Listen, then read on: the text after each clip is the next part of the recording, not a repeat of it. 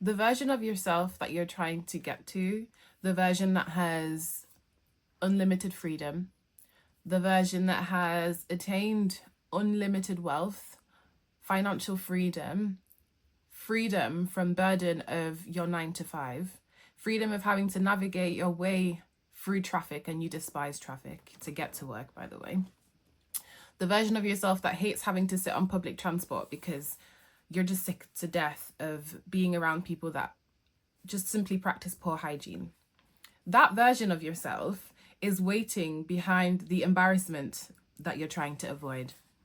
It's waiting behind the sense of shame that you feel about being seen. There are so many things that you can acquire simply by putting to rest that unnecessary feeling of caring about the opinions of others. Let me give you a story to explain. So in secondary school, also known as high school, I was a bit of a rebellious kid. Okay, I had a lot going on at home. I wasn't getting the right attention. And I was in a bit of a environment where going to school, being good in school was probably seen as, you know, a really like uncool thing, you know. So my history teacher at the time, the two of us, we would constantly butt heads, right? He's saying something and I'm rolling my eyes, but I'm making sure that he can see the fact that I'm rolling my eyes. He's trying to explain something and I am acting daft just because I just felt like I'm going to show him that I don't care about his opinion and what he's saying. And I think it was probably in year 9 that we sat our first history paper. And I remember sitting that paper because I was always interested in storytelling, English literature, history. But again, remember, I went to a school where being educated, doing well in school and things wasn't necessarily seen as like a cool thing. And I sat the paper. It was a summer paper. We went away for summer break, summer holidays. And I came back and this particular teacher had the biggest grin on his face. And I remember looking at him thinking, oh, what do you want now? We've only just returned to school and you're already messing with me. You're already trying to piss me off to a point where I thought he was trying to provoke me, okay? But he had the biggest grin on his face. And I remember he came over to me and said, Blessing, you dropped 2 papers on that. You dropped 2 marks on that paper. You dropped 2 marks on that paper. And that was probably my highest scoring test that I had ever sat. So the reason why I'm giving you this story is that you have no idea how much you can achieve if you let go of the opinions of others and you let go of worrying about what and how they feel. They're low vibrational. They have no aspirations. And that's why they are trying to keep everybody else in that same position.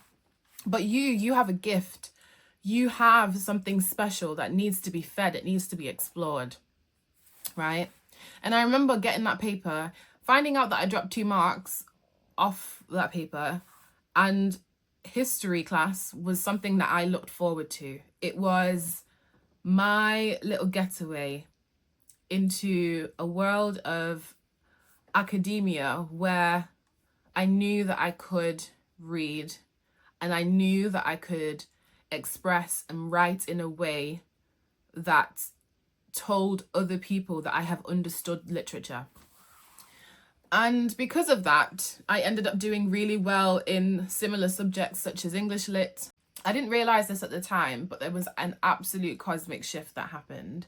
I decided that I needed to hang around with people that were a bit more similar to myself and started chilling with the nerds. I started chilling with the group of people that were deemed the nerds and ended up in top sets for near enough all subjects. I believe I ended up in top set for all subjects, not because I was incredibly intelligent or because I took education super serious and that it was something that I had to be very successful in, but because it was a natural ability of mine that I simply wasn't feeding because there was the opinions of others that was preventing me from being my authentic self. It was a suppression of my authentic self. And this is one of the other reasons why being able to acquire the life that you want will probably come if you have a similar response to the opinions of others, meaning that you don't really care. You're going to do what you're going to do. You're going to take the first step. It will set you on the path to your end goal, the destination that you want. If you don't, you're going to remain stagnant, and it will get to a point where it will develop a stagnancy of your confidence and your resilience, and you will never move.